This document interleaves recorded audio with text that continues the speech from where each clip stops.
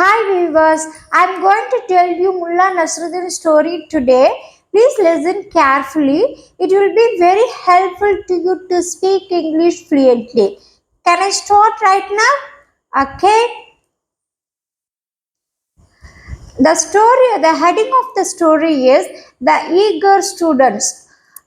Mullah was a very popular figure in his town. Many people wished that they could be as witty and intelligent as Nasru. Mullah நஸ்ருதீன்றவர் ரொம்ப பாப்புலரான ஒரு person, எல்லாருக்குமே தெரிஞ்ச ஒருத்தர். அவர் many people நிறைய பேர் அவர் மாதிரி நகைச்சுவையாகவும் அறிவுபூர்வமாகவும் பேசணுங்கிறத விரும்புவாங்க. One day, a bunch of students visited Nasru. ஒரு நாள் ஒரு மாணவர் குழு ஒன்று அவரை சந்திக்குது. They said to him, "Oh great Mullah, we have heard so much about you." அவங்க என்ன சொல்றாங்கன்னா, முல்லாவை சந்திச்சு, நீங்க ரொம்ப கிரேட்டான ஒருத்தர், உங்களை பத்தி நாங்க நிறைய கேள்விப்பட்டிருக்கோம். So we have heard that you have an answer for every question.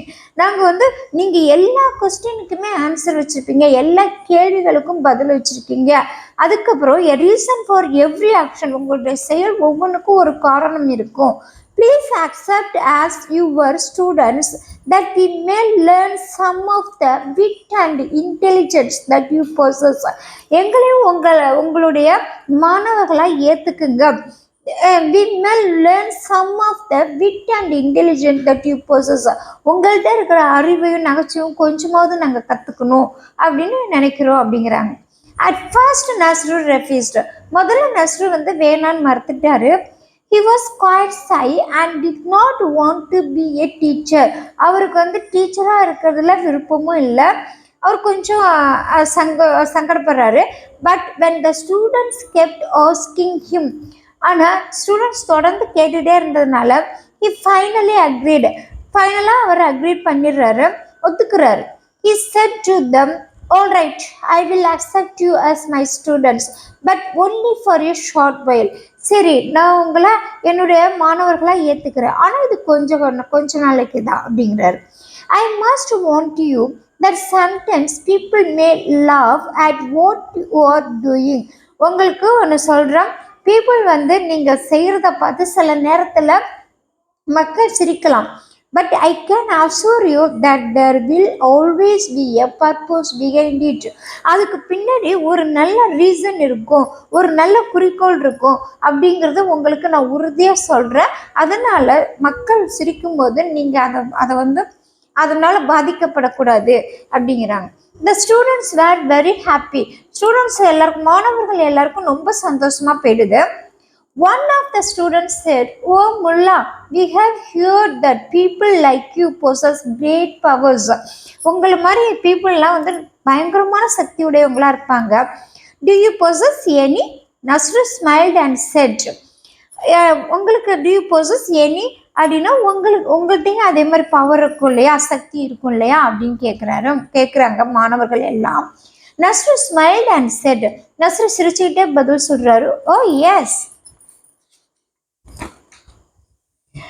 I possess the power to see in the dark." என்கிட்ட நான் இருட்டில் கூட பார்ப்பேன், அந்த அளவுக்கு பவர் இருக்குது அப்படிங்கிறாரு. The students were shocked. ஸ்டூடெண்ட்ஸுக்கு ஒரே ஷாக் ஆகிடுது. One of them said, "But sir, I once saw you carrying a lantern in the dark." நான் ஒரு தடவை உங்களை பார்த்தப்ப லேண்டன் விளக்க இருட்டில் எடுத்துட்டு தூக்கிட்டு போனீங்களே அப்படின்னு சொல்லி கேட்குறாங்க. Why did you do that if you can see in the dark? நீங்கள் இருட்டில் பார்க்குற பவர் உங்களுக்கு இருக்கு, சக்தி உங்களுக்கு இருக்குன்னா ஏன் நீங்கள் லேண்டன் விளக்கு எடுத்துகிட்டு போகிறீங்க அப்படின்னு கேட்குறாங்க. Nasru laughed and said, "Ha, that's because others can't see in the dark, my dear." மற்றவங்க இருட்டில் பார்க்க முடியாது. The lantern prevents them from pumping into me. மற்றவங்களால இருட்டில் பார்க்க முடியாது, அவங்க என் மேலே மோதிடாமல் இருக்கிறதுக்காக நான் லேண்டனை எடுத்துகிட்டு போகிறேன், அது விளக்கு எடுத்துகிட்டு போகிறேன் அப்படிங்கிறாரு. The students laughed and marveled at Mullah Nasrudin's wit. Mullah Nasruddin இப்படி நகைச்சுவாக பேசிகிட்டு இருக்கிறத பார்த்து ஸ்டூடெண்ட்ஸ் எல்லாம் சிரிக்கிறாங்க. After they chatted for a while, Mullah Nasruddin said, "Come on, my friends, it's time for us to return home." கொஞ்ச நேரம் பேசிட்டு இருந்த பிறகு வாங்க நம்ம எல்லாம் வீட்டுக்கு போற டைம் ஆச்சு அப்படிங்கிறாரு Mullah Nasruddin. Do you have horses to ride? உங்கள்கிட்ட குதிரை இருக்கா, குதிரையில போறதுக்கு அப்படின்னு கேட்குறாரு. The students replied, "No sir, we don't have horses." எங்கள்கிட்ட எந்த குதிரையும் இல்லை சார் அப்படின்னு மாணவர்கள் சொல்றாங்க. So Nasr got on his horse and rode along while the students followed him on foot. So Nasr வந்து குதிரை மேலே ஏறிக்காரு, மாணவர்கள்லாம் அவரை ஃபாலோ பண்ணி நடந்து போறாங்க. The students were shocked to see that Nasru was seated backwards on the horse. ஸ்டூடெண்ட்ஸ்க்கு ஒரு ஷாக் ஆயிடுது. ஏன்னு கேட்குறீங்களா? நஸ்ரு என்ன பண்ணுறாரு, குதிரை பின்பக்கமாக அவருடைய ஃபேஸ் வந்து குதிரையோட வாழை பார்க்குற மாதிரி உட்காந்துருக்காரு. The people on this road looked at Nasru and began laughing. People என்ன பண்ணுறாங்க, அவர் இந்த மாதிரி உட்காந்து குதிரை சவாரி பண்ணுறதை பார்த்து எல்லாருமே சிரிக்கிறாங்க நஸ்ருதீனை பார்த்து. The students stayed quiet until one of them said, "Oh teacher, tell us, why do you ride the horse backwards?" ஏன் நீங்கள் குதிரையை குதிரைக்கு பின்பக்கமாக உட்காந்து சவாரி பண்ணிட்டு இருக்கீங்க? People are looking at us and laughing. People எங்களை பார்த்து சிரிக்கிறாங்க அப்படின்னு சொல்றாங்க மாணவர்கள்லாம். Nasru said, "I hoped that this would be a little lesson for you. See this picture that Mullah Nasruddin backward to the horse and his face. See the picture. His face was." So God rode along while the students, the people on his face was where it is. His face facing, his head facing the tail. His head facing the tail. Okay, see the picture here. You should never let other people laughter bother you. You should never let other people laughter bother you. No, other மற்ற மக்களோட சிரிப்பு உங்களை எந்த விதத்திலையும் பாதிக்க கூடாது. Then he said, "The reason why I am riding backward is because I respect you."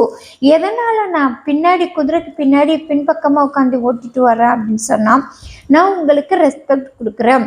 If you walk in front of me and I ride behind you, this would show disrespect to me. நீங்க முன்னாடி போறீங்க, நான் உங்களுக்கு பின்னாடி right பண்ணி குதிரை சவாரி பண்ணிட்டு வந்தேன்னா அது எனக்கு வந்து டிஸ்ரெஸ்பெக்டபுள், மரியாதை குறைச்சலாக இருக்கும். If you walk in front and I follow them, your back to me and that is disrespectful. உங்களை முன்னாடி விட்டுட்டு நான் பின்னாடி ரைட் பண்ணிட்டு வந்தேன்னா அது உங்களுக்கும் மரியாதை குறைவாக இருக்கும். Riding backwards is the only way all of us get the respect we deserve. இப்படி பின்னாடி உட்காந்து ஓட்டுறதுனால ரெண்டு பேருமே மரியாதை கொடுத்து மரியாதை வாங்கிக்கலாம். இது நமக்கு தகுதியான மரியாதையை நாம வாங்கிக் கொள்ளலாம். The students began clapping loudly as their new master Nasru smiled and rode along. அவர் சொல்றது கரெக்டாக இருந்ததுனால மாணவர்களுக்கு ஆசிரியர் மரியாதை கொடுக்குறாரு, மாணவர்களும் ஆசிரியர்களுக்கு மரியாதை கொடுத்து போகிற மாதிரி இந்த ரைடிங் குதிரை சவாரி இருக்கு அப்படின்னு முல்லா நஸ்ருதீன் சொன்னதை பார்த்து ஸ்டூடெண்ட்ஸ் மகிழ்ச்சி அடைகிறாங்க, கிளாப் பண்ணுறாங்க. அவர் சொன்னதை பார்த்து கை தட்டுறாங்க. நஸ்ரு சந்தோஷத்தோட குதிரை சவாரி பண்ணிட்டு போறார். Okay, very good children, you listen carefully till now. Okay, please practice yourself and listen and continuously listen my stories. It will be helpful to you. Very nice. Thank you.